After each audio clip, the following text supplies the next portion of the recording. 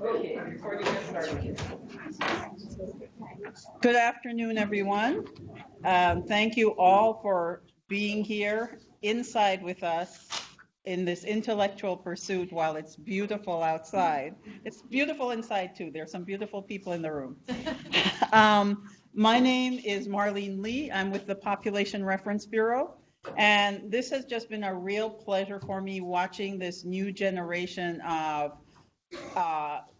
population and poverty research with the focus on inequality. And I really appreciate the work that I've been seeing in the conference throughout the day. For our second plenary, we are looking at going from research to policy and influencing decision makers. This has come up sometimes in the sessions previous as people have made the connections to what are the implications of the work and results that they have found. In this session, we will benefit from informed perspectives on how policy relevant research can inform policy on labor market outcomes, such as inequality and poverty. This is actually quite a broad scope because health, education, and a range of other factors affect labor market outcomes. During this guided discussion, we are going to get to hear about the experiences of our panel members, ask questions about how researchers can influence policy and how policy can inform research. We're defining policy quite broadly. We are thinking both about overarching government policies and also about policy decisions that are more programmatic. And in terms of policymakers, we're thinking both about government officials and donors and others who influence government policy, civil society organizations and development partners. The structure of the session is going to be, first we'll have 7-minute overview statements from the panel members, and then I will follow up on their statements with some questions for discussion. Each panel member will take a couple of questions after their presentation, then we'll follow up with questions for the group as a whole. And finally, we'll invite more audience participation in the discussion. Before we start with panel member statements, I would like to introduce the panel members. I have short bios for each.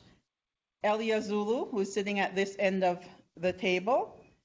Dr. Zulu is the Executive Director of the African Institute for Development Policy. Some of you might know it as AFIDEP. AFIDEP's mission is to promote evidence-informed public policy making in Africa. He has extensive experience in research, capacity building, and policy engagement on population change and sustainable development. Also experience on urban poverty, reproductive child and maternal health. He's leading a program to support African governments determine strategic investments to enable them to harness the demographic dividend. Dr. Zulu is the former president of the Union for African Population Studies. He has served on many international development panels and given various keynote addresses, including at the UN General Assembly. A truly international scholar, he earned his PhD in demography from the University of Pennsylvania, a master's degree in demography from the Australian National University, and a bachelor's degree in economics from the University of Malawi. Thank you very much for being on our panel today. Seated next to Dr. Zulu is Dr. Seema Jayachandran. She's at Northeastern University, a professor in the Department of Economics in the United States. Her work focuses primarily on gender equality, health, and fertility in developing countries. She also has research interests in education, labor markets, and the environment. She's currently conducting randomized evaluations in India, Burkina Faso, and Ghana related to child development, gender attitudes, family planning, and environmental conservation. She serves as a co-editor for the American Economic Journal, for the American Economic Journal, Applied Economics, and associate editor for the Quarterly Journal of Economics. She co-directs the Development Economics Program at the National Bureau of Economic Research and is a board member and chair of JPAL's Gender Sector and was previously co-chair of JPAL's Health Sector from 2012 to 2018. Seema earned her PhD from Harvard University in the United States. Thank you, Seema. And seated next to Seema is Marcelo Neri. Professor Neri is director of FGV Social and founder of the Center for Social Policies at the Getúlio Vargas Foundation in Brazil. FGV is a 75-year-old highly ranked think tank whose mission is to foster Brazilian development. His research focuses on social policies, education, microeconometrics, and well-being. He holds a PhD in economics from Princeton University. Previously, he was the Secretary General of the Council of Economic and Social Development and President of the Institute for Applied Economic Research. He was also Minister of Strategic Affairs linked to the presidency of Brazil, where he was also responsible for the Academic Forum on the BRICS, revived the National Commission on Population and Development, co-founded the International Knowledge Hub, World Without Poverty, and created a secure room at IPEA to work with confidential data sets. He also represented Brazil in the World Economic Forum and was Brazilian National Security Advisor in the BRICS.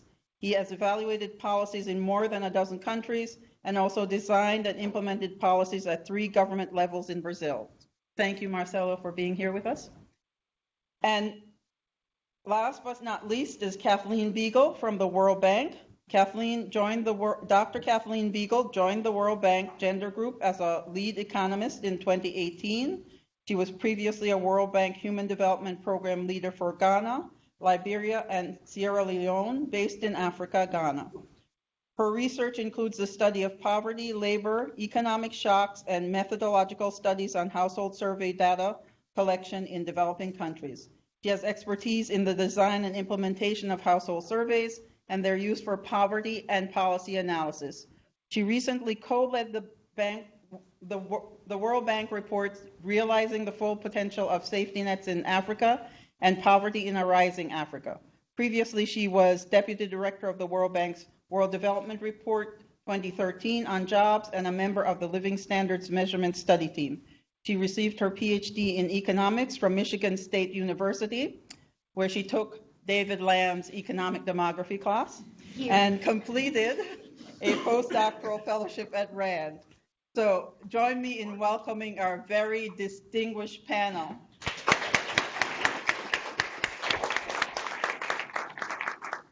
And Dr. Zulu would lead us off with his overview statement. All right. Good afternoon, right? So good afternoon, everybody. So I want to get us started on this by giving some personal story on what I think was the turning point in my career to be doing what I'm doing now, working at AFIDEP. So when was that? Around 1995, when I was a graduate student at UPenn. I think many of you here, maybe a few were not born then, or we're still maybe in high school or that sort of thing. So that's more than 20 years ago.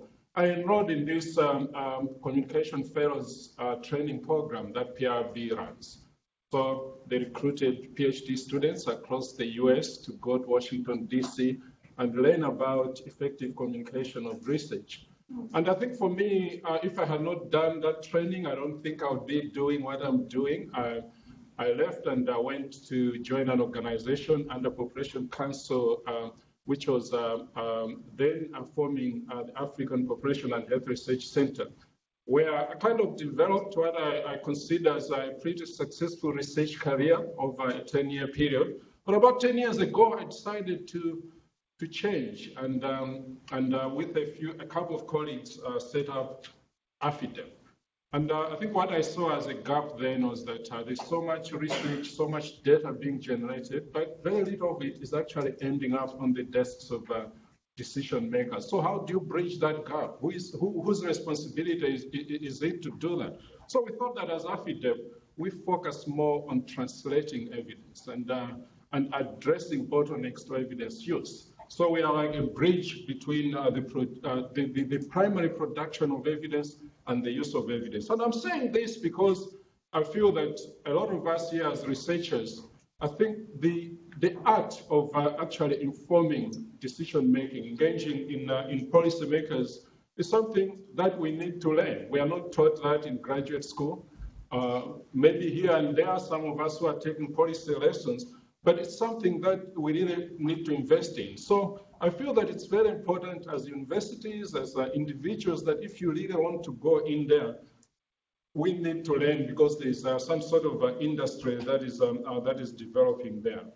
So for me, I should also mention that when 10 years ago I decided to make this shift and focus on this uptake of evidence, one of my professors at UPenn told me, Elia, are you out of your mind?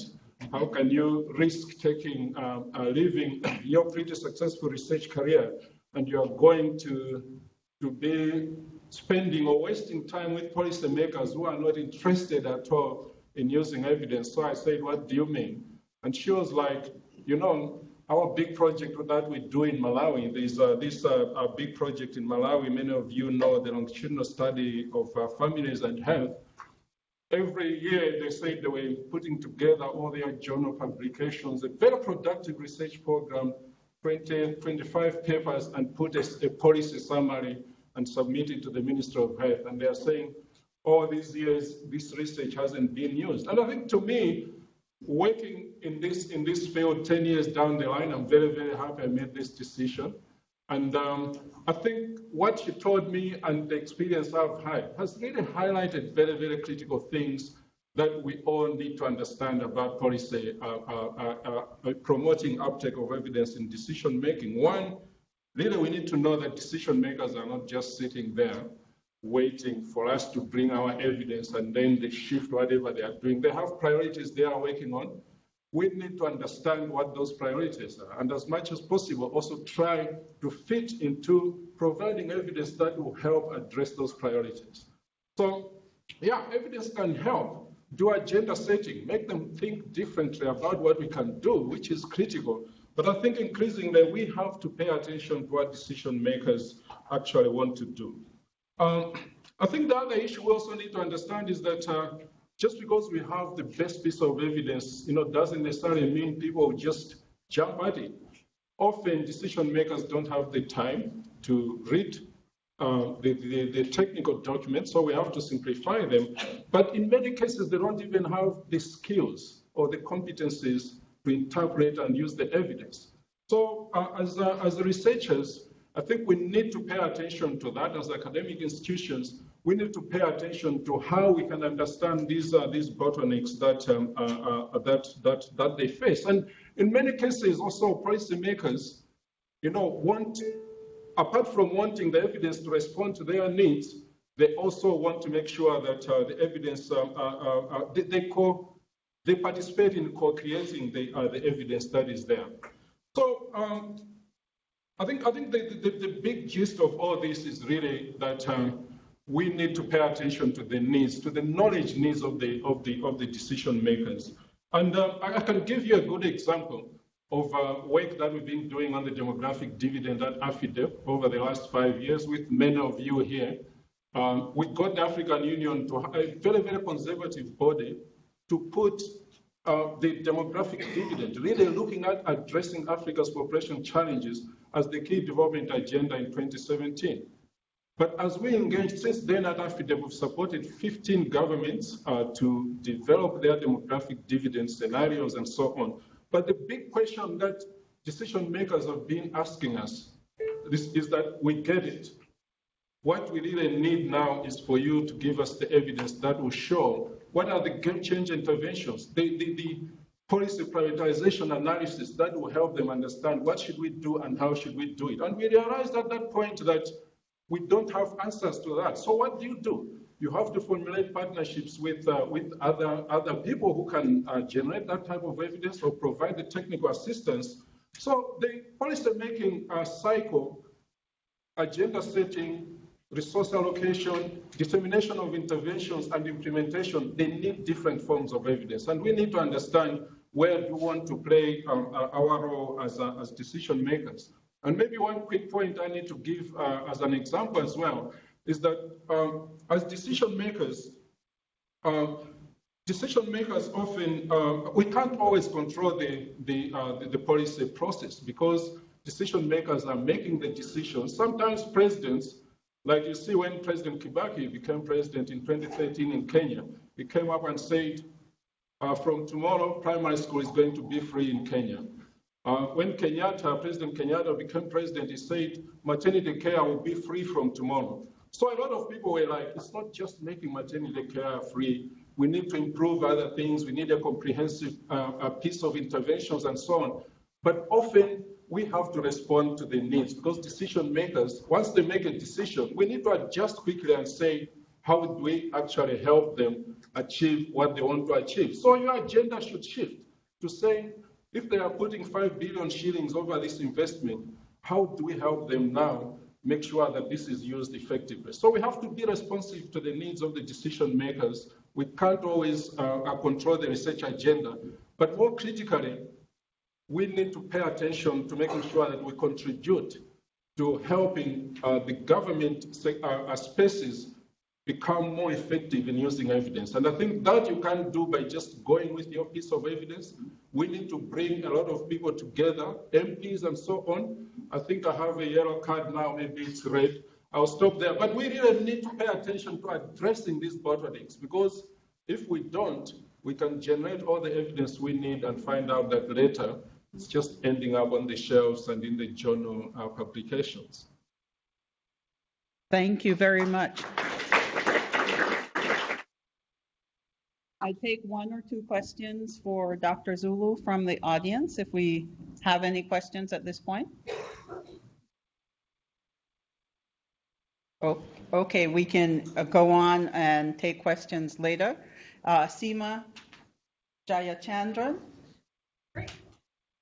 So I was invited to be on this panel in my capacity as working for JPAL, or being an affiliate of JPAL. So for those of you who don't know what JPAL is, it's an organization or an entity based at MIT that is a consortium of researchers, mostly economists working on poverty, both in rich countries and mostly in poorer countries, and using the tool of randomized experiments. So where the research in trying to understand the impact of a policy or just understand broader, more general questions is doing it by actually on the ground, prospectively varying certain interventions or programs. And so that kind of research inherently has close interaction with policymakers broadly informed, whether that's an NGO that's implementing the intervention or a government, et cetera. So I'm going to spend a minute just talking about kind of that role and how I generate projects, and then 3 lessons I've learned,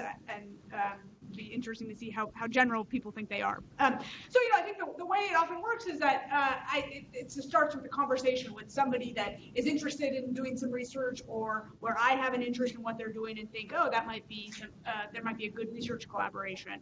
So, for example, some of this work has been done with health secretaries in India, where it'll be quite general conversation of tell me what are some of the questions you have or issues you have, problems you're trying to tackle where you don't know what kinds of solutions to try out, or some programs you have going on the ground where you think they might not be working well and might want to do some add-ons, and there's some real-time brainstorming of a government has a program in schools in India to give adolescents iron fortification, and it doesn't seem to be completely working. Not everybody is taking the iron fortification pills, and why is that, and what can they do to improve it? Or sometimes it's at a broader level of the government of Haryana, the project I'm going to talk about a little bit tomorrow, in the plenary tomorrow, where the government of Haryana wanted to reduce sex-selective abortion in their state, and was kind of broadly interested in how they could tackle that. And so then, I kind of go back and think about what sort of interventions might be valuable. It usually starts out with a formative stage of field work for 3 months or 6 months, just getting the lay of the land, and then doing a randomized evaluation in partnership with the government. So with that background, what do I think are some of the keys to making that kind of research work well, both in terms of, so this is a partnership to generate research, but then ultimately you also want that research to feedback and influence the policy. So I think the first lesson I've learned, which is probably the one I'm not sure is so general, is that, I find it's very valuable to work with the government, or it works best to work with a partner when you're working on a problem that they think is important, it's a thorny problem, but it's not necessarily their number one short-run priority. Because if it's their number one short-run priority, then they might have a lot of vested interest in the answer coming out one way, or they might not have the time horizon to be patient for research that might take 1 to 6 month formative stage, and then needs to raise some money, and then go and have answers for you. You're not going to be that valuable for a top-of-mind issue with this kind of multi-year research. And I think the political concerns are important too. There was one project with the government of Rajasthan, which is a state in India, where they were privatizing health centers. It lent itself to a nice randomized evaluation or regression discontinuity, and it was clear that the state government had really banked on this being a successful program, so they weren't open to the idea of this wasn't effective, and so we didn't end up pursuing that. So things where, the project I'm going to talk about tomorrow, the government was interested in sex-selective abortion, but they didn't have a flagship program we were evaluating. This was a long-term problem. No one program is going to solve it, and so they were open to just trying out new innovations. And so some of these things where, it's an important problem, but the government has some space to innovate, and you're doing something that they find valuable, but it's a little bit, it's not what they're having their meetings each week with their supervisor can work well. And, there are downsides of that. If you were providing evidence on the number one flagship program, that might have larger short-term impact. But as I said, there are also some risks. You need to make sure your research isn't going to get into some political battle or just be too late to be useful. The second piece of advice or lesson I've learned myself is that it's, in terms of influencing policy and winning favor with policymakers, just being a well-informed thought partner can be useful. And what I mean is that I have feedback for everyone.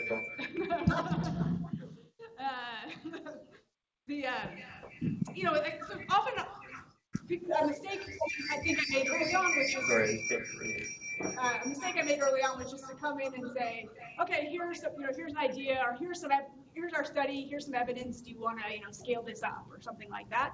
And I think here's where, when you're in conversation with policymakers, the most useful thing you can do is probably those things that are number one top of mind. That might not actually feed into a research study for you, but you're actually being valuable to them in the moment. So, for example, I had a project that was on HIV in Zimbabwe, and the health department people, they were interested in chatting with us about what we thought they should be doing to solve the exodus of nurses. This is in 2007 when Zimbabwe had a really massive outmigration of skilled labor. And so that had nothing to do, it wasn't directly related to what we were working on, but we helped out this government partner by helping them think about this problem. We know the literature, we would have some training in economics. And so that's both kind of, once you're valuable for someone, then they want to be helpful to you. But honestly, I think some of my most valuable policy impact has been in these conversations, just putting on my generalist economist hat and saying, here's how I would think about this problem, or here's some literature or some research that might speak to kind of what some ideas you could have that wasn't about my own research, or wasn't aimed at leading into an RCT. And then, my final, lesson about having influence is that some of this translation of research for a broader audience is very valuable for getting your own research to have policy impact. And it's not always through your one-on-one conversations with a policymaker.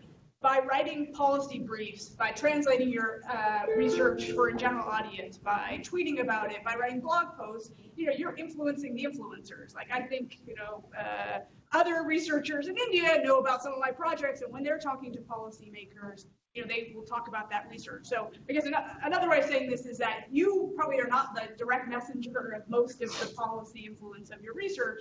You can do that by disseminating it, and the readers of that might be other academics, it might be monitor and evaluation people at the Gates Foundation, and they in turn can multiply your influence on policy. So that idea of writing and translating your research is just broadly very useful. Thanks. Thank you.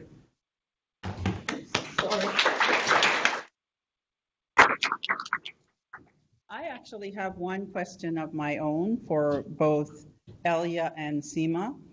You talk about the impact of your work and engagement with pretty high-level policymakers. Unless I have a student that becomes a policymaker, I have no access to policymakers. How did you get your access? Right. So I think the issue, part of what you learn when you're doing this work is that engaging with policymakers is about building relationships, that you can't just be the desk researcher and think that, your evidence is going to be used out there. I think you have to participate in the policymaking processes. You have to build the relationship. And I think apart from having the result that you have, I think you have to demonstrate that you have interest in understanding what they what their needs are, as I said earlier on. And I think as you do that, as you participate in policy-making processes, then you build the trust with them, and that's what helps down the line. But I think as institutions as well, we need to invest in actually having strategies that will help make sure that our staff are participating. Like if it's ministries of health, they have technical working groups, there are meetings that governments are having. I think as you are participating in that, you're understanding, you're contributing evidence, not just bringing it when you think that you need to bring it on the table, but understand their needs and build that relationship. Yeah, so I think it's an important point to say that, at this point, I have a luxury that I can use the JPAL connections and talk to a health secretary in India, and that's not easy. That wasn't true for me, 10 years ago, and it's not true for everyone. But I think there are substitutes, very much in line with what Elia was saying. I think, if you are there and present and being helpful, and sometimes that's helping a government crunch their data, doing something useful for them, so they see you can be valuable. I think, I've seen lots of junior people just be present and helpful and stick around somewhere, spend a summer in graduate school for 3 months, or and win favor. And then I should also say that, I've been talking mostly about government, but a lot of exciting research can be done with NGOs, and they're, except for the very biggest NGOs, the CEO of an NGO is accessible to most people in this room. And so, it might be a case where NGOs are a good entry point for at least some of the kind of research I'm talking about with RCTs. But can I just add one quick thing? I think the point you made earlier about working with other donors, I think there are other players in the countries that really are closer to the decision makers. Like for us, our work on the demographic dividend, because we worked with UNFPA. In every country that we went straight to the Ministry of Finance, because UNFPA is seen as a technical advisor. So the UNICEFs, the UNFPAs, UNDPs, the World Bank, sometimes when you have good results, you work with these teams, then they can help you open doors of policymakers that you can never do on your own.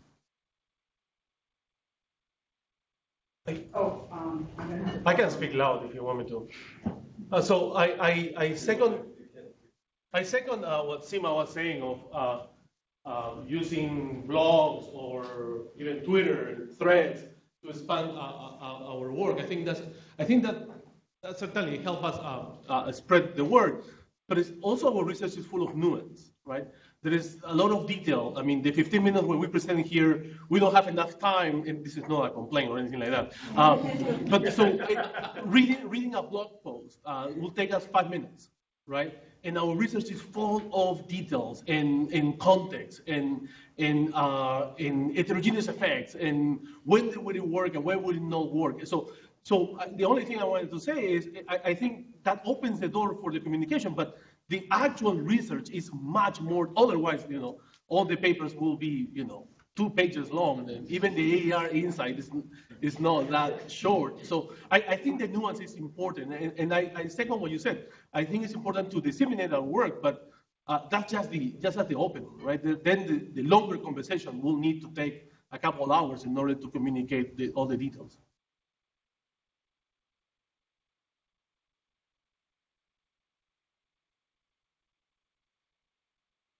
So I was just wondering, in your work, how you've been able to guide policymakers in choosing the right programs. I'm just asking this because I feel as if the policymakers get confused sometimes because there's so much coming onto their desk. So many people are working on a particular thing. So how do you guide them to be able to make a decision as to, okay, looking at all this evidence, which one do I choose? Because sometimes these evidence that are produced by the different research sometimes can be conflicting. So how do you help them to, make the right decision, so to speak? Thank you.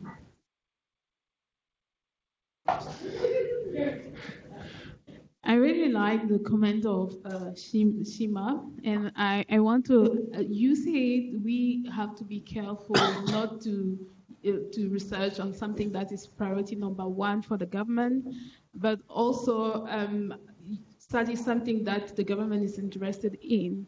So how to detect what is not interest number 1, and how is it possible to anticipate? Because one of the reasons is that you say you don't want your research to be obsolete when the government needs it. So is there any way to anticipate, is there a better way to anticipate what will be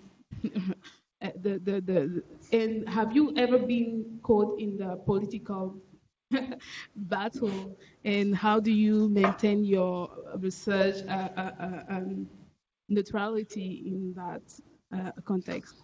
Thank you.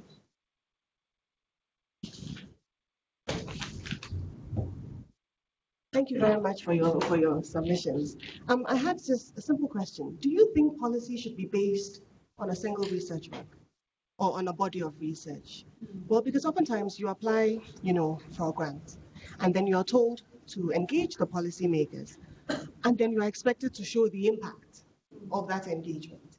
How realistic is that? Thank you very much. One last question. My question is an extension of what was just asked, but in a little more contrarian sense. Part of the idea is that there is expertise, and expertise has some strength and value, and it needs to be communicated. That's obviously existing. The other is the accountability of the expertise. And as was just asked, how do we know if most of that is true?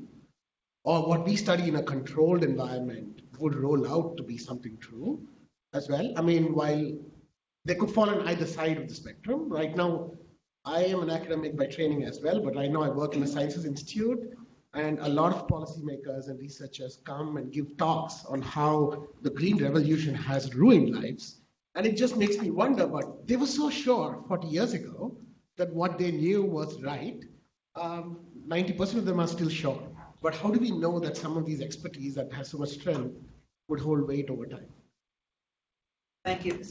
Seema, I'm going to ask you to give a short response. And Elia, if you also, after Seema has given her response, if you want to add, if you have something to add, short.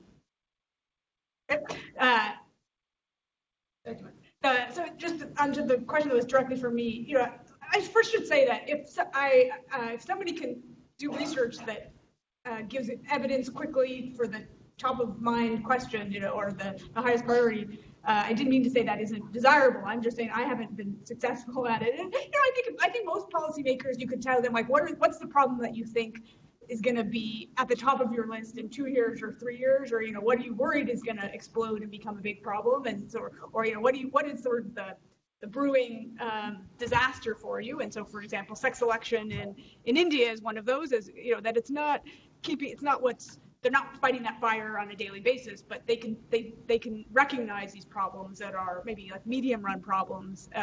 So how do I identify them? I feel like most policymakers can express them. In terms of how do you tell policymakers what to do. I think in some ways this is anathema to like academics to say you should do this versus that, but I think often policymakers do want to know, like, okay, what are you telling me? What should I do? And I guess I still hesitate to do that, and I feel most comfortable in the space of like broader policy lessons rather than do this program. So, for example, and coming back to like, should one study matter or a body, like Pascal Dupont has done a lot of work that shows that for various preventative health contexts, like small user fees, small prices can dramatically deter take up. That's several studies. Yet, almost every government program I know of in India still charges user fees where they're not bringing in that much revenue, but it's just like a knee-jerk thing people do. So I think like giving people that policy lesson that's based on, so there's sometimes like there's a broad policy lesson where I'll be prescriptive, but in terms of, pursue this solution to this problem versus this program, I at least, kind of hesitate to do that because I don't think most of the research I would draw on is from different contexts, and so there's probably not a single right answer I feel comfortable giving. Elliot? I think what I would just like to emphasize is that policy change is a big deal. And I think this obsession with researchers, we have grant obligations because there's a part of every donor's application now where we have to talk about how this evidence will inform policy. So everybody feels obliged that whatever you find, you have a workshop with policymakers, you have a dissemination and so on. So people are really bombarded. I was in Malawi, somebody showed a chart of meetings that Ministry of Health are having on a weekly basis with different players, and it's just too much. So I think we have to look at a body of evidence, we have to look at systematic reviews, now there are other forms of reviews that you can do, rapid synthesis, that give a structure for you to look at the evidence and try to look at a more comprehensive piece of evidence. So I think it's something that we have to invest time in. And I think that's all I can say. Really, it's a big deal, and I think just everybody thinking, oh, your result, oh, do this. I think we have to know that there are limitations, and it's our responsibility also as researchers to help decision makers really understand this. Part of the training we do with decision makers is actually how they can make these assessments, how they can demand that there should be evidence, that the evidence that is coming there is actually more comprehensive. Well, I guess our audience is asking the right questions. That's a good sign. So Marcelo Neri will give us his perspective now and maybe even continue answering some of your questions. Okay, thank you. So I'll take a bit of Elia's point, what was the turning point, I never thought of going to be a policymaker. I always thought myself as a researcher. And I think my big experience, my most important experience was designing a conditional cash transfers, in Rio, where I live. Was an opportunity I had, and I think I learned a lot because I was hired to build this program, and was interesting because it was to build from the FGV computers. It was not like and we had this whole structure of administrative records already going on in the country because of Bolsa Familia and conditional cash transfers that was already working. And first thing I learned from this experience is that, as a researcher, I would go to the census, I would go to lots of different evidence, to try to see the robustness and to feel secure about what I was doing.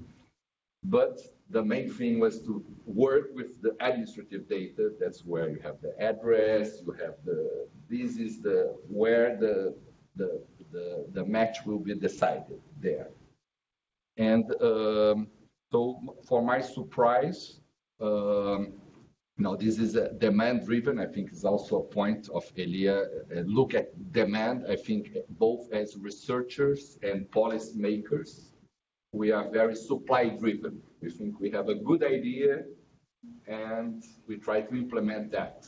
And we don't hear so much the demand, and I think demand is crucial. These conditional cash transfers is a broad program, so you can make connections, demand connections of different policies. For example, in Rio, we had already ongoing proficiency tests going at every public school, etc. So let's create a grant for those kids who improve their grades, or create conditionality for parents that go to schools, and this experience in some way, that's what led me to be a policymaker later. But I think that was the most important and most interesting, because I think to do this experience is from the universities, from the think tank. I think once you cross the border, you enter in a government, you participate, you lose something as well. It's very nice to work in a university where you are independent, you can work for, you can talk about with different parties, with different, you have some sort of freedom, which is very very precious. So to complete one example about directions, for example, in this conditional cash transfer, we would like that the mayor adopts a target on the square poverty ratio, okay? The square poverty ratio, you have to choose that. How are you going to convince the mayor that has to choose the first thing? Don't call square poverty ratio. Say P2, P0, P1, just P, it's a simple, it's a nice nickname. And the second thing, you design the whole program using P2, doing the logic, and then you come to the mayor and say, okay, you want to fill 50% of your targets, or you want to fill 95% of your targets? He prefers 95%. Why? Because it was everything designed for P2, not for P0. So, and I think my experience, my big surprise was that, we have so much infrastructure already set. The big win was 10 years ago when we created administrative records for the whole country, etc. Now you're just picking, short, apples, that are close to the ground. And I think it was just the beginning, this process. And I think that sometimes you design a program, you run a program, and I think Brazil, we have a big problem. We don't have so much evaluation of policy. That's the problem. I want to hear your perspective of how to make evaluations. In Brazil, the government get by without being evaluated. There's a lot of monitoring, a lot of data. That's why you can build policies on that, but not evaluation. So we try to do, when the government create protocols, what is an evaluation? But it was very hard to go through that, because if the government can, he won't be evaluated, at least, it's the 2 points in the last minute I would like to emphasize here is that from the research, you can do sometimes policy themselves, or quasi-policies. For example, to inform the population about the returns of education, that's a simple result of many of our works, return to education, earnings, and done, and communicate this to the population itself is a policy, in a sense, and there are some works which show that this has an impact on the decision, etc. So sometimes, I think we have the tools, we have the conditions to affect what we want, and maybe we're thinking of, constructing a long road, etc. And sometimes you have these possibilities. And one last point, which I think I learned through the hard way, which is I think we have to find tools to hear the population. Brazil is in the middle of a big crisis now. And if you look at labor market data, the poverty data, and things like that, this thing didn't show up until 2014, 2015. But opinion polls, what people thought, this was already showing something was wrong, 4 or 5 years earlier. So I heard, in a way, is to listen to the population in a systematic way. You have participatory forums and things like that, but I'm talking about opinion polls that ask the population directly, what do you think about education, health, and other things. So I think this is, but I want to hear from Sima about how you do it to get an evaluation, this type of experience, the demand for evaluations. Maybe Sima, the question that came from the audience as well is about, have you ever gotten yourself in a politically hot situation? It's usually to do with evaluations, right? When you show that the program that the government loves is probably not working or something like that. Yeah, I mean, there was one I was mentioning on the public privatizing health centers. I bowed out, or it would have gotten political, but in some ways they squashed it before the evaluation. And they actually, this is like in India, the BCG and sort of the consulting companies are like, so they did do an evaluation, but by someone who I think's contract, it relies on the government for income. I shouldn't say much more than that, but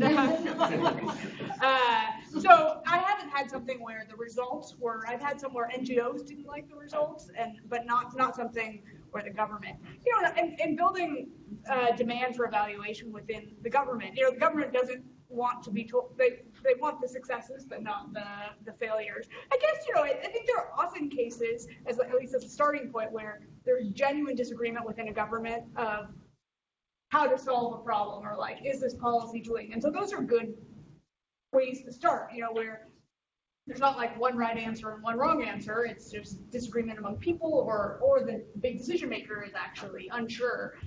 So at least for that, it doesn't seem like there's that much downside.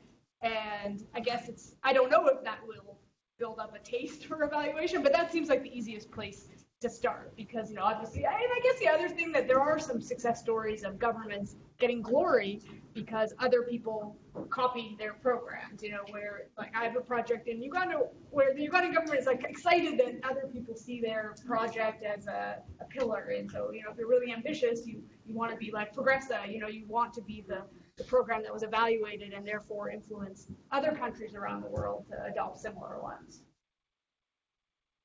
I had a question when Marcelo talked about hearing the demand, but I think he answered that with his comment about opinion polls having information in advance. I wondered if any other members of the panel or the audience has ideas about how to do an end run around the policymakers in terms of responding to demand by things like getting information out to the public that's useful to them, or hearing the demand in advance of the latest survey that the government is going to do. Question both for the audience and the panel members if they have any additional ideas. Maury? Well, I'll just tell a story about a JPAL. I'll tell a story about a JPAL engagement of policymakers. So it wasn't that tight within country thing. It was a collection of education officials that JPAL Africa had brought to JPAL to talk with each other, but with input as well coming from the side. But it was a collection of government officials. And I found that space just to be a different sort of space to begin with. And then this This woman who was a district manager in Uganda spoke about how this intervention had made her the star of the Ugandan education system, because she had some ideas and she got some evidence and they implemented it and it looked like it was working, and so her competency got built on in a very virtuous way. And I mean, after like 100 systematic reviews of all these evaluations, that was much more impactful to the other ministers, the other people there, that they could actually do well. So I'm just building off Seema's point. Thank you. I think the other issue also is just how to reach out to policymakers. I mean, the issue about engaging civil society organizations, and I think disseminating or building the capacity of civil society organizations to use evidence, because often they have maybe much bigger sort of impact in holding governments to account. We work a lot with parliaments who actually, if you are working with the parliamentary committee for health, for instance, they can summon the Minister of Health to answer very specific questions about something that's not going well. You can work with the media. So I think engaging with the public, not only in understanding what the public wants, but also to really put more evidence to the public so that there's more accountability from all sorts of forces. I think if you work with NGO, it's sometimes easier. I mean, there is a way in which, the government won't like you very much, but, like support, I mean, something that the government doesn't like, because, I think that all of us, we receive tons of papers, emails, etc. So if you produce a very good report or anything can be very well done, the chances that will be read, very small. So if you create an impact, maybe the policymaker has to defend himself in a way, of course he will not be very happy with you, but it's a way to start, I mean, some things you want to get moving, not in a good equilibrium. Great. We're going to get some observations now and maybe more answers and more questions from Kathleen Beagle. More questions and answers, I think.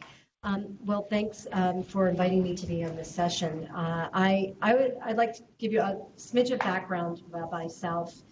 I had been doing research before I joined the bank and then at the World Bank in the research group for about 10 years when I decided to sort of make a pivot and go more towards bank operations. And the reaction of my colleagues in the research group was, "Are you crazy? Why would you do that?" But I did feel at the time that I needed to see how this work was getting into what is happening on the ground.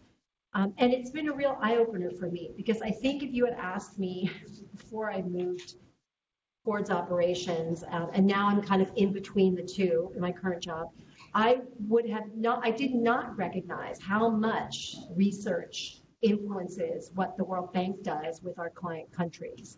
And if you read, really, I suspect any World Bank document, what we call a project appraisal document that lays out what an investment lending program or a development policy operation is going to do, whether it's in health or education, whether it's a $120 million skills program in country X, or a $250 million agricultural smallholder project in country Y. Those documents lay out what the latest evidence is around what works to address the problems that the project is trying to address. So it is very influential. Not all the time in the way we want, but quite stunningly so to me, having thought coming out of research, no one reads any of this stuff. I think the best evidence of that is particularly clear in the sphere of social protection, and particularly safety nets, where 10 or 15 years ago in the poorest countries, these were programs that were not even considered an option for financial reasons, fiscal reasons, but now you see them growing in all countries, and that's really built off a large body of evidence on social protection and safety nets. coming out of first Latin America, but spreading to all parts of the world. And in the country I was working in most closely recently, in Ghana, projects like Nabrongo Health Site in northern Ghana had huge influence on how you think about community health worker programs and the role of things like national health insurance. And more recently in youth employment projects. It also influences how the bank sees its portfolio in countries in what we call our country partnership frameworks. So that's my positive note, like keep doing your research. It doesn't have to be causality, it can be correlation. It can be RCT, it can be descriptive. It matters, it's a body of evidence that matters and I do believe has a lot of impact. Now, how does it have impact? I wanted to kind of emphasize that it needs to be repeated, it needs to be repackaged, and it needs to reflect the body of work. And what I mean here is a one-off discussion with a policymaker or an influencer or an NGO or a CSO or a government official is usually never enough. They have to hear it multiple times. And different people have to hear it because we have transitions in government, you have transitions in the World Bank. In the World Bank, for example, you'll have a task leader for health in Liberia. The next year, it's a new task leader, and they haven't worked in West Africa. So they have to repeat the exposure to whomever, to the position that has influence and can use your work. But you have to repackage it. We talked about distilling down complex, nuanced research into two-pager blogs and tweets. And I think everyone here struggles to do that. But I think it's really important that when you are using an opportunity to talk to a policymaker, you need to reflect the body of evidence beyond your own work. I've never met anyone in the bank who's going to be convinced by one study in one country. You have to talk about what is the evidence in this area broadly and pitch other people's work. And that's why you want other people to know about your own work. I mean, SEMA reflected that. You need to spread your work into research networks so that hopefully your peers are doing the same for you. But the question to me is, who should be doing this? I mean, as an economist, I believe in division of labor. Many of us in this room are probably, at present, we don't really have the skills and the interest to go around tweeting and blogging about the world of evidence on something that we study. We want to tweet and blog about our own singular study. And I think that's okay. I mean, we have colleagues who do spend a lot of time to distill all the evidence in particular areas and themes, and I think that's fine. So I would say not every researcher should spend all their time to talk to policymakers about the breadth of evidence in the areas that they study. That's okay if they don't do that. And then I'll leave you two final thoughts. One is I've been struck by I was thinking about how what is interesting to study evolves over time, and areas and topics that we thought are just really not relevant for policymakers can become relevant over time. And one example of this is social norms. 10 years ago, it's interesting, academically, it's interesting to think about social norms, but we really wouldn't think about governments designing programs to affect social norms. But you see that emerging with regard to gender issues and childcare and parental roles and responsibilities in households. I was looking at a recent project from Central Asia that explicitly has a subcomponent around addressing social norms on father's role in childcare. I think that's a very new phenomenon. And the concern there is there's not a lot of evidence on what works in social norms, partly because it's hard. It's hard, like everything, hard to study, but also because people thought it's kind of abstract. I think people think it's abstract and not really policy oriented. But that's changing and evolving. So don't be scared of things you think aren't relevant for policymakers, because you never know what's going to be feasible tomorrow. The other thing I wanted to say is I hear you guys about look for the demand, look for what the needs of the policymakers are. But I also think some supply-driven research is a really great thing because policymakers aren't thinking outside the box often, like many of us. So it's okay to have a bit of supply-driven research to push us into new innovative areas. And it's okay if it's really upstream. If you maybe not for a funder, Nkechi, to your point, who needs you to say, I'm going to change policymakers, I'm going to rock this world with my research. But we shouldn't be afraid of work that doesn't feel immediately policy relevant. Upstream is okay. It's influenced a lot of really important thinking that gets us to the downstream policy studies later. Thank you.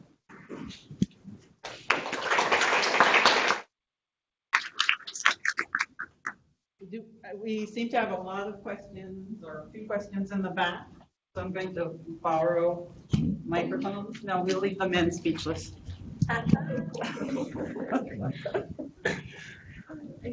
Yeah. Thank you so much for this panel. I was really looking forward to this. I think research translation and dissemination is an area I'm becoming even more interested in.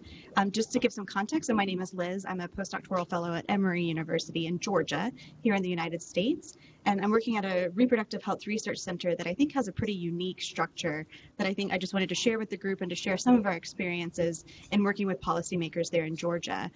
So we're a research center that focuses on reproductive health and primarily in family planning. We do a lot of abortion-related research. And so I think the conversation so far, and I think that you actually asked the question about how do we walk the line between being a neutral researcher and also maybe being an advocate, and how do we not cross that line so as not to risk our credibility as researchers, but also when we know that certain things promote health or well-being and other things do not. And so the center is structured with a translation core. So there's an education core for training postdoctoral fellows and doctoral fellows like myself, as well as a research core that runs our projects. And then we have an entire translation core. And the purpose of that is to gather information from policymakers, NGOs, clinicians, as well as community members in our area to make our research relevant to them. And then the reverse, to make sure that our research is then translated and disseminated back to our stakeholders who are outside of academia. And so that's a really big focus, and we're expected as trainees to be engaged in that process. So you've probably heard of recently here in the United States, there's been a lot of abortion-related policies being passed very rapidly. And so in Georgia, we had a 6-week abortion ban that just recently passed and was signed by the governor. And during that entire process, we were trying to engage with policymakers across the spectrum to share evidence. And so I guess my story is that we were engaging with producing one-page fact sheets for policymakers, using, again, the breadth of abortion-related research, not just our own studies, but to show that these sort of bans might increase maternal mortality. We see them related to higher rates of infant mortality. So we tried to share that across the board. We were also writing op-eds about this topic. Some of my colleagues were introducing expert testimony at some of the Senate and congressional hearings in Georgia about the topic. And I guess my question becomes, how do you engage policymakers who maybe are vehemently against even the kind of research that we do? And so, in other words, at the end of the day, we were in strategy meetings all with very progressive policymakers who wanted to hear our research and listen to us. We had a much more difficult time getting folks, as we say, across the aisle. So people of different political beliefs didn't even want to listen to the research evidence. And so I guess that's my sort of question is, how do we move that needle, especially on highly stigmatized, highly politicized topics like contraception and abortion? There's one behind you, Mark. Over behind you. So thank you very much. My question is, who holds researchers, who polices the researchers? Because sometimes the question for the policymakers is, they will be called to account when they implement these policies that we're recommending. But who holds us accountable? Because that really makes them tread cautiously. That these are researchers, they're out there. Yes, they've made these recommendations. I get to implement. So who holds them accountable? When you go to the researcher, they'll say, I'm just now increasing knowledge. Knowledge is growing. It has changed. But your population is calling you to book and saying, come and explain this. So how do you tread this and tread really, really carefully? Because they've had failed policies before, or they've had policies that have had some outcomes they exactly did not anticipate. I'll give one example. The structural adjustment policies of the World Bank. When they came to Uganda, like many other countries, there was this call of sell off those government parastatals. But it seems at the time they didn't foresee who are you selling them off to. So the airlines at the time bought it themselves at very low prices. So now you go and look at most of the former assets of government belongs to private individuals. And then the inequality cannot be matched Because if I bought a bank that used to be a public bank and I bought it at a very low price, you can't compare me to any ordinary person anymore. Because the whole question at the time was privatize, privatize, privatize. But now the question is who bought it? And then people start asking these questions, who bought these things? And then there's a lot of inequality, and there's kind of that feeling that policymakers want to tread cautiously where researchers are concerned. They will be called to book, researchers will be out there.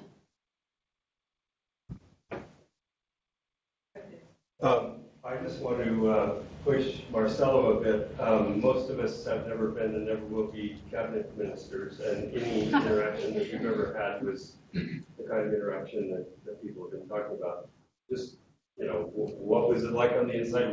How did your view of all of this change from actually sitting around the table with other cabinet ministers on this subject?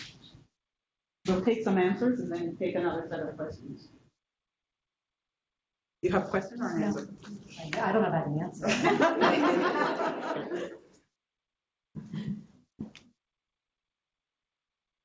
You can share. I'm not going to get into a structural adjustment debate, but there's a big difference between a policy recommendation. Two gaps, I would say. There's a big difference between a particular study and a policy recommendation.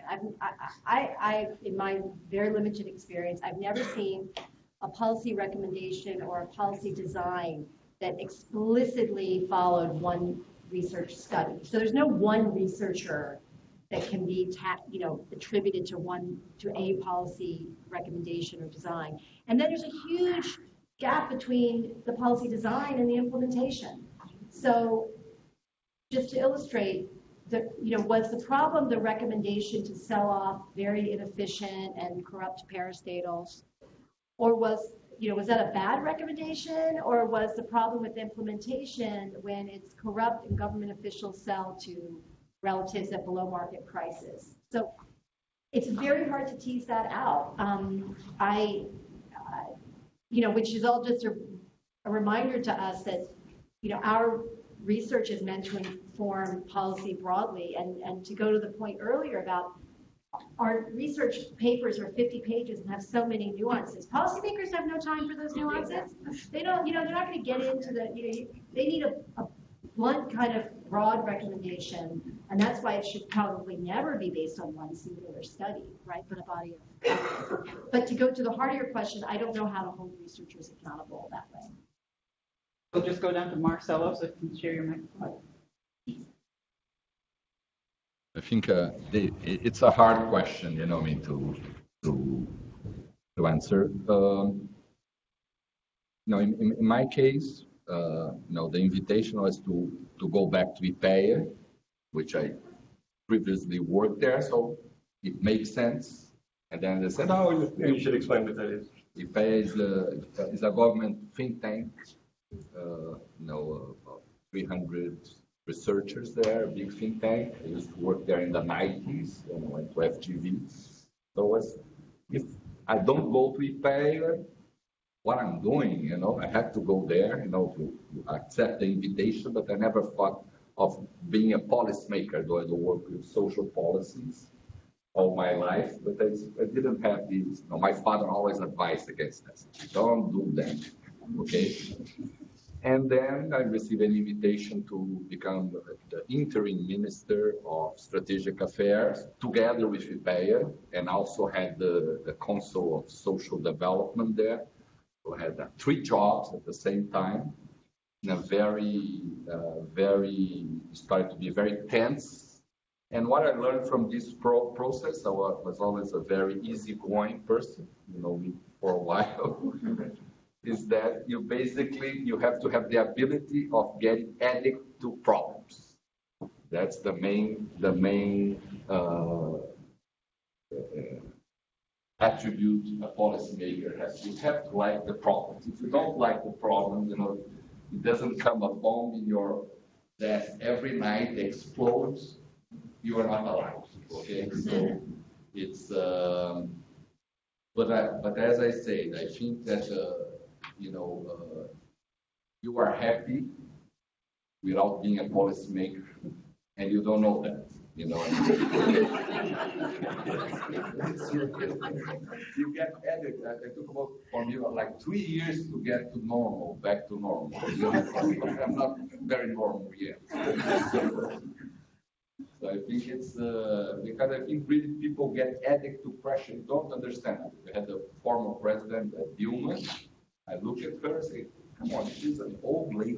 How she can get so much pressure every day? She gets, you know, beaten in the morning, in the afternoon, in the night, and she's still there, you know, like an old lady and very tough. You get used to that. How do you hold researchers accountable?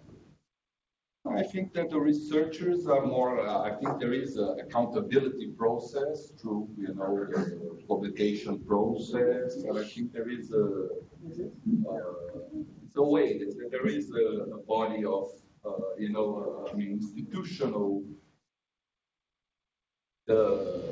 maybe the connection, because maybe something I would like to put on the table, because we have like the researchers, the universities, you have the government, then you have like activities like Elia was showing and what was discussing.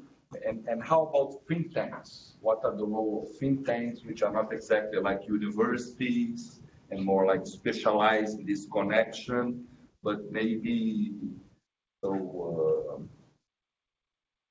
see yourself more like a academic research from a university, like the institution university or a think tank.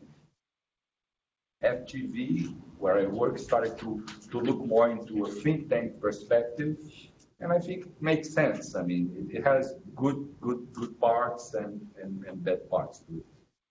Elia, we have two questions on the table. One, how do you deal with Hostile audiences. I think for me, maybe the critical thing is just to realize that policy making is a political process, and it's often contested. There are many vested interests. I think there'll be a lot of people, there are ideologies that people bring on the table, no matter what evidence you're putting there. So I think as researchers, we need to recognize that even as we write our grants to talk about what we did, I think the most critical thing is to maybe to just show the evidence that the evidence we produced was on the table to inform the process, but not that you have to look at the policy change as the ultimate outcome, because it's really about informing decision making, not necessarily influencing decision making. I think that should be our responsibility, and I think it goes to the issue about the who checks the researchers. I think part of our responsibility, there should be ethics about evidence uptake. If there's an issue, bring other players who are working on the area, so that it's really you are looking at the comprehensive nature of evidence. But I think realizing that, you know, there are what we call policy windows of opportunity. Sometimes it might be closed down because the politicians, you have Republicans who just take a stand, you bring in the gag rule, and I mean, what can you do? I think in the end, you just have to continue putting the evidence on the table that shows the dangers of some of these policies. That's what I would say. Just to add one point to the, I think that these international forums that we are in, I think it's very important for, you know, holding accountable not only researchers, but policymakers. I think this international, and I think, you know, like things like SDGs, MDGs, and things, it's something that didn't exist 20 years ago, and I think today, although I think will be, at least from the perspective of Brazil, there will be a backlash in these references. I feel that, but I think we have some things which we didn't have many years ago, which help, you know, and I think the international forums is a big part of that, because it's neutral ground for, you know. We have a question waiting over here. Can I add something? Oh, sorry, go ahead. There are spaces where ideology trumps evidence. And I think the issues you raised are clearly in that space. I think for most of us in development, where I've worked, there aren't many examples like that because our goals of, better educated, healthier, higher income, higher economic growth, everyone kind of agrees with that. How you get there, that's the debate. What does it mean to be inclusive and who should you target and, what? But when it's ideological, then evidence that shows a negative impact on some things is not really why the policy is being introduced. It's not being argued it's going to improve those things. It's not why it's there. I don't know how you repackage to think about what is it that policy is going to speak to and how you can show that the policy change would undermine what they're trying to do. And maybe in your specific example, there isn't. I'm not really sure how to think about that. But that's just a tough nut to crack because they're not looking for evidence. And I feel like generally, notwithstanding, the politics of policymaking, corruption and all of that, there is, I don't know, I think there aren't many people in the policy space who don't want to use the evidence to drive what they do, with these exceptions where it's very ideological. Sorry. No. Thank you very much. Mine are not questions. They are just comments. I'm a public engagement ambassador, and so I like the point that Kathleen made about not being abstract. So doing, like, from the word go, you do people-centered research, and I like the idea of bringing in participatory methodologies, mixed methods. So it's not just about coming up and finding the odds ratios, but making the research that we do more human. So using participatory methodologies, mixing with those odds ratios to be able to speak, bringing the voices of people into this data that we produce. So, and when it comes to decision tables, coming to the decision table, also bringing the voices to the table. So having the dialogues, so first of all, you are using the participatory methodology, so you are using visual methodologies to actually engage these policymakers. So they are not just seeing numbers, they are also seeing visuals, and they are seeing human voices, human faces, and all that, but also bringing these communities to the table for the decision making. So having three-way dialogues, not just the researchers and the policymakers, but also having the consumers at the table. And I have an example of a recent engagement where we were engaging a policymaker. She had her own ideas of what is good for the people, but the community also have what they think would work for them. So bringing them to this table to discuss the policy. We had like 3 sessions of dialogues. The first dialogue was just us, the researchers and the policymaker, but the other 2 dialogues were we brought the community on the table, and the policymaker actually now, from the engaging with the community at the table, actually saw the sense of what the community was saying. So my point is, let's not, I'm just re-emphasizing the fact of not just being abstract and doing people-centered research.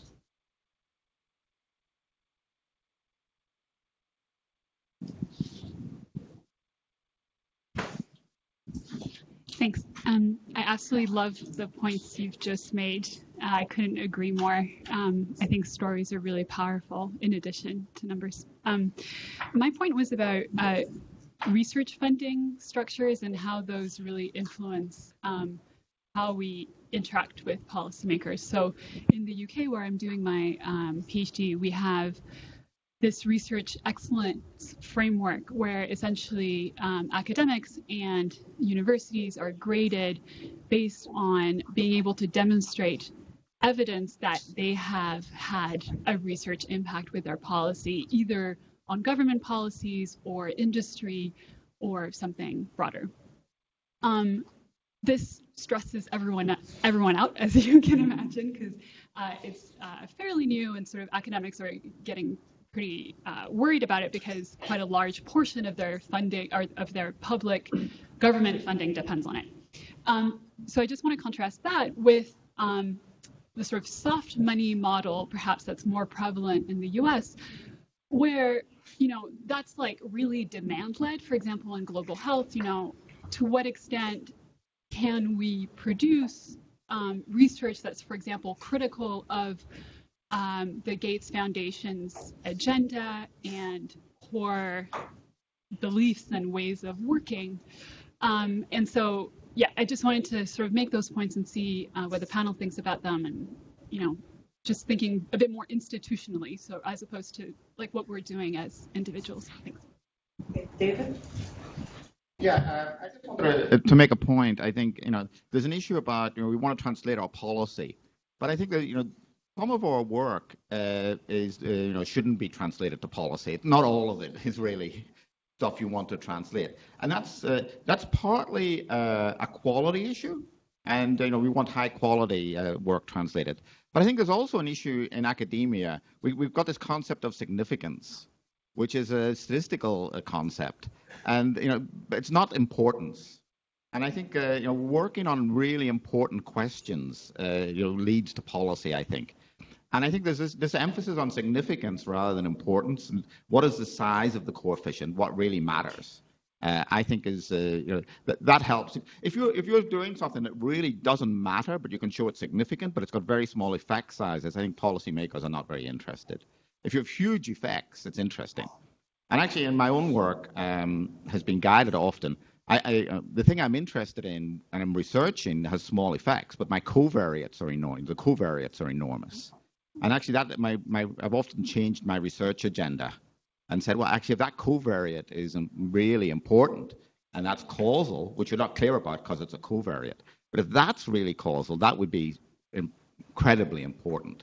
So I do think there's this thing about pursuing what's important, and it comes, I think the social norms was a good example.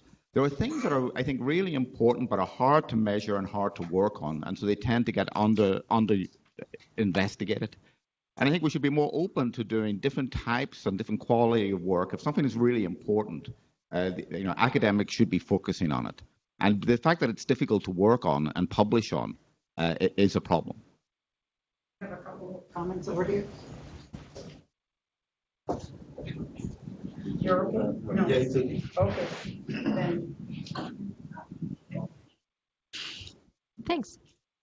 This has been really interesting, and it's leading me to wonder, and maybe somebody's going to tell me there's already a website that does this, but there's a lot of conversations about how do I take my research and how do I translate it to policymakers. But one of the other big gaps is that there are a lot of questions that policymakers do have that aren't really being answered by researchers. And so sometimes, you're in this great position where you're talking to a policymaker and you can get that information. But I see a lot of grad students who really want to do policy relevant research and they don't really know what the big questions are. And so they're willing to do stuff that is maybe not the perfect identification if it really is a big question, but they're not always sure what the big questions are. And so are there, is there a website? Are there people who are translating policy questions into research questions? So these are the open questions that researchers potentially could answer and haven't yet fully answered. That grad students, or not grad students, could check out to get some ideas of, where people can do research that's going to fill in the gaps that are actually existing gaps. The short question. Sort of related. I wanted to speak to something which is very relevant for scholars in talking to policymakers. I've done a lot of advising governments, and often it's like the Minister of Health, the head of government statistics, or their deputy. And often it's an issue of getting a foot in the door to talk to them. And they're not going to go out and advertise for someone to solve it. They are skeptical of people, and they're skeptical of scholars. And you need some credibility first. So often this proceeds by getting in to talk to the person who has concerns and has heard good things about you, and you talk for a couple of hours about their problems. And then you think along, and I have an idea about something that can help them, and I often end up giving them essentially a talk on something from a different setting. And it's something where often I'm talking to them about how they can better collect data or analyze data to get to the point where they can get information to answer their questions better. And once you explain to them in understandable terms something, even from some implied in some totally different country, how this can make sense to them, this can be incredibly helpful. Often this director or deputy director has a technical advisor, often a younger person, who sits in on everything and tells the person in charge whether they think you're an idiot or not. And if you can win over this technical advisor, you've come a very long way. And I've done this with South Africa, I've done it with China, I've done it with the former Soviet Union. And in terms of these discussions, for example, in Estonia, I was talking to the deputy minister of health, and they had a problem trying to understand what to do about their fertility. And I talked with her for a few hours about how, for example, at that time, Estonia had more abortions every year than it had live births. So I said to her, how can you expect to understand fertility when you have more abortions than fertility and you don't know anything about abortions? So what I talked her into, and she bought it and went and sold it to the health department and the government, was to develop an abortion registration certificate. So that if you actually know something about who's having abortions and what's going on, this could be a path to knowledge to figure out something about increasing their births. But often I've found it's a process of building credibility, them thinking you're a reasonable person, you have something useful to say to them. I would often introduce some new way, the idea of a new way of something they never heard of before. But they're willing to listen to it and think of, and sometimes adopt it in terms of something because they had some confidence that I wasn't an idiot and I knew things. And this kind of sort of human relations building process of personal credibility I found to be incredibly useful in a lot of different settings. One last comment from the audience. A little bit along the same lines, on the issue of credibility and having the legitimacy, I think what is important are the cooperations and partnerships with local expertise and local researchers in order to sometimes gain access to the government, but also try to reinforce both local research, but also one's knowledge of other contexts, because there are countries in which the government will trust more foreign experts, and it's not always, I think, the case that they have a better knowledge. It's just that they are more renowned, and other cases in which they would not trust foreign experts, which might bring interesting ideas from other contexts. So the issue of cooperation and collaborations between local and external expertise should also be taken into account in policy matters. Thank you. I'm going to give each panel member an opportunity to respond to issues raised and have a final word.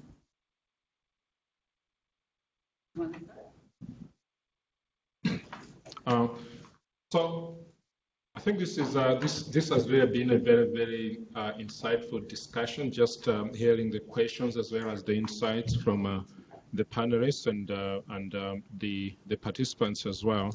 I think the issue about your question about what mechanisms are there to make sure to translate policy questions to research questions, I think that's very, very important. I know, Catherine, you talked about, supply-oriented research is still very, very critical. And I understand that because for the most part, I think in many countries, policymakers, as you said, are not thinking outside the box. Many of them are driven in all sorts of directions. And you see very few countries, if you look at Africa, for instance, where government people will actually challenge a World Bank official and say, this doesn't make sense to us, go back and do your homework again. In many countries, people just take whatever is being put on the table. So I think the part of what we do at AFIDEP is also to try to see how to strengthen mechanisms of structured communication and engagement between researchers and so on. In many countries, people are coming up with research agendas, like ministries of health are coming with research agendas, development planning, and so on. So policymakers are trying. Of course, the big limitation is that if your governments are not funding the research, then the research agendas don't seem to influence that much. But I think part of our work at AFIDEP is actually to understand these policy questions and try to relay them to policymakers. But I think, to me, I want to end with this point that I think that academic communities need to be more proactive in trying to engage with governments. I know it's not everybody who needs to do that. Some people can just do their research, but we need to have this structured. Every academic research organization has to have a strategy on how you actually engage with government. What ends up happening in many African countries is who is really influencing the big decisions. It's the Mackenzie's of this world. It's the consulting firms. It's the Palladiums, because they have USAID grants, they go to the ministry. But academic people are outside these processes for the most part. So I was asking people in Kenya, for instance, President Kenyatta came up and said his big four agenda is health, universal health coverage, housing for the poor, food security, and manufacturing. And education, to me, I can't see any African country that really has to have any 4 or 5 development pillars without having education. And I was asking our professors that, where are you guys? Everybody's complaining.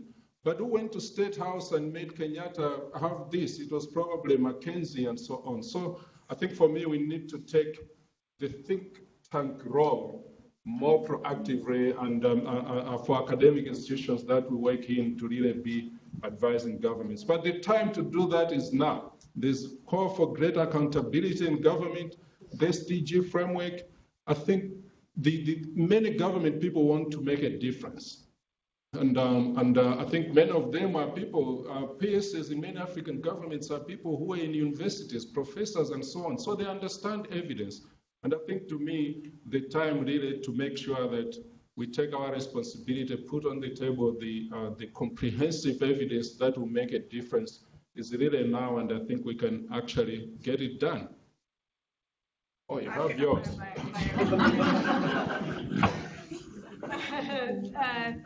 Thanks. I'm going to echo or try to build on that and say, yeah, I mean, I think that I've heard a couple people say that either for their grants or because of the way their universities are assessed, you need to like prove that your research had influence.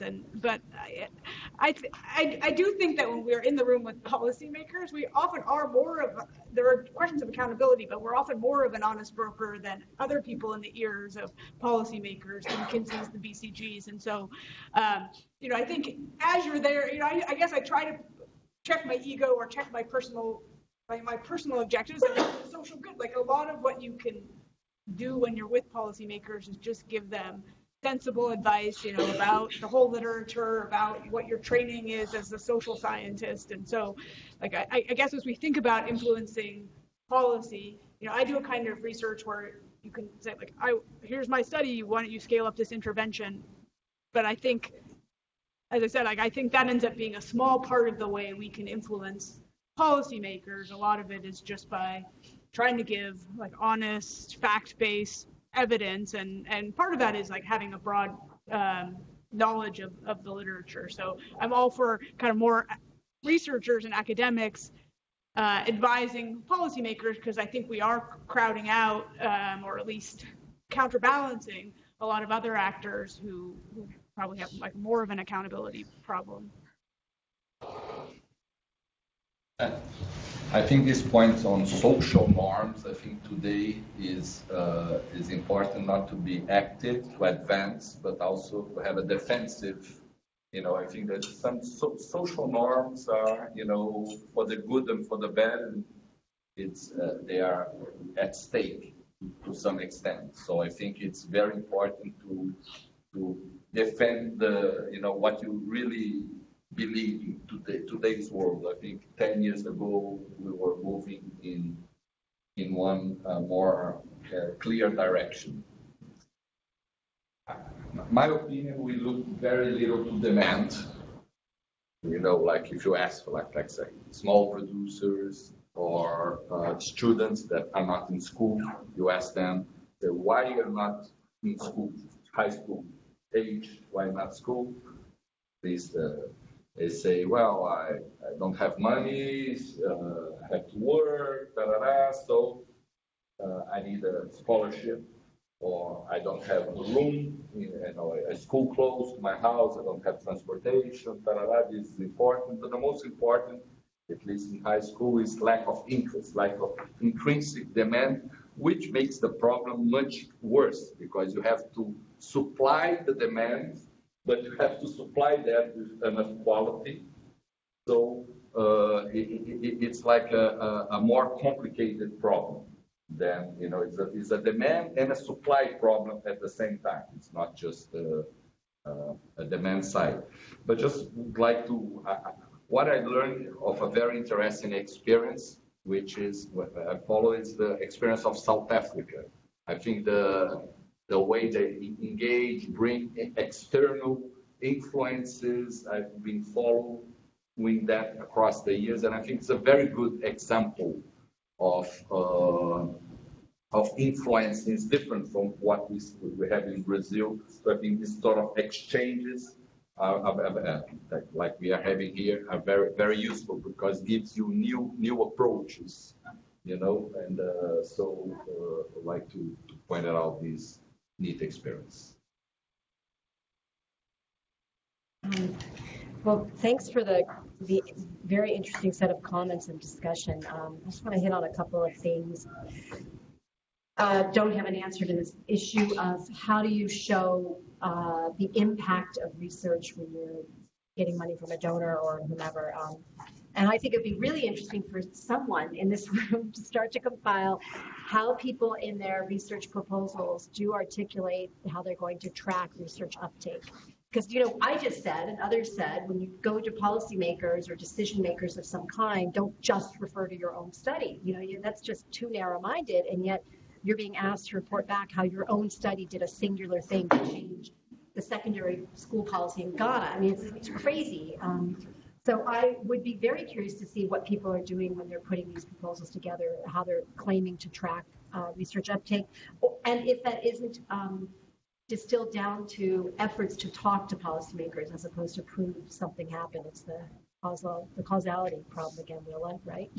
And then on demand, I love the idea of helping governments or even places like my own institution develop research agendas, because I find talking to my own colleagues, but also talking to the Minister of Finance in a country or the Minister of Education, the demand they have for research is things like, how do we get more jobs?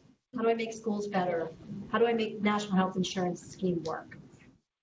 I mean, it's not an articulation of like a research question that any singular person can answer, but there are underneath that a host of interesting research questions, and helping them flesh out a research agenda and put them in the driver's seat, I think is a really interesting idea. We try to do that at the bank somewhat in our country level work. I don't know how well it actually happens, but I like that idea a lot. Thank you.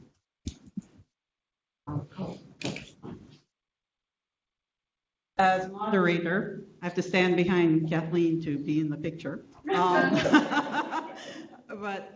sorry about that. But as moderator, I get the final word, I think. And what I heard here, work on important questions.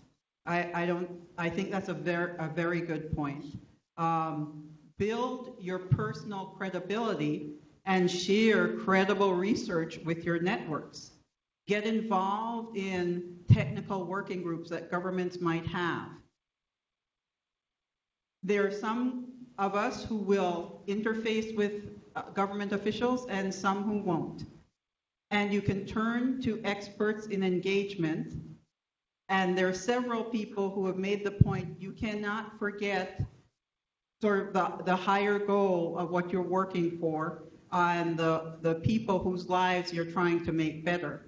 And bringing those voices forward and listening out for those voices when they might not be part of a policy debate is important. and can make a difference. So that's what I learned today. I hope you learned as much as I did from each other and from our panel. Let's give ourselves a hand. Thank you.